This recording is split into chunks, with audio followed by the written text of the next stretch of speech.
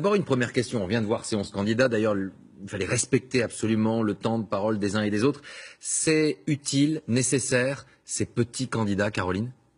Honnêtement, je pense qu'on est arrivé à un stade où il faut qu'on se pose des questions sur si, dans une époque où la démocratie est partout, où ces candidats peuvent s'exprimer via leur site internet, ils s'en privent pas, est-ce que c'est nécessaire que l'élection présidentielle serve aussi de grande foire à absolument tout le monde?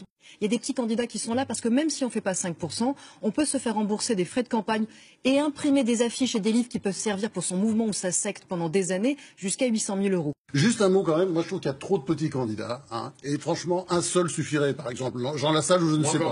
Et l'autre côté des magots c'est très bien, mais enfin c'est absurde, on perd notre temps, ça nous fait perdre notre temps, on fait perdre le temps français. Perdons pas trop de temps, avançons potentiellement sur ce que la France pourrait faire demain. Le débat, il y a des tas de questions urgentes, ces questions-là ne sont pas abordées dans la campagne. Caroline, moi je trouve ça désolant, c'est pour ça que cette campagne est lamentable. Et d'ailleurs tout ce qu'on a vu tout à l'heure, franchement, c'est pas brillant, mais il y a des bons moments. Simplement, les petits candidats abaissent le niveau.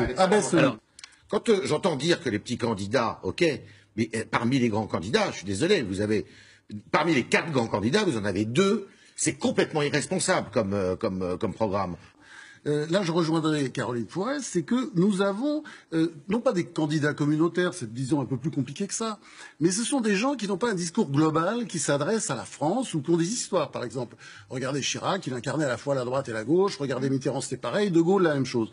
Là, on a des candidats vraiment de secteur. On sait très bien que dans nos métiers qui est de commenter, d'essayer d'aider les Français à comprendre les programmes, justement, on n'a jamais le temps de passer à cette étape-là, on n'a jamais en tout cas assez de temps. Et il faut se demander aussi, quelle sera l'image de la France au lendemain de cette élection? On vient de passer des années difficiles, notre économie est touchée par les attentats, on a un problème de tourisme. Demain, tous les commentateurs américains, mondiaux, de tous les pays du monde vont commenter notre affiche du second tour.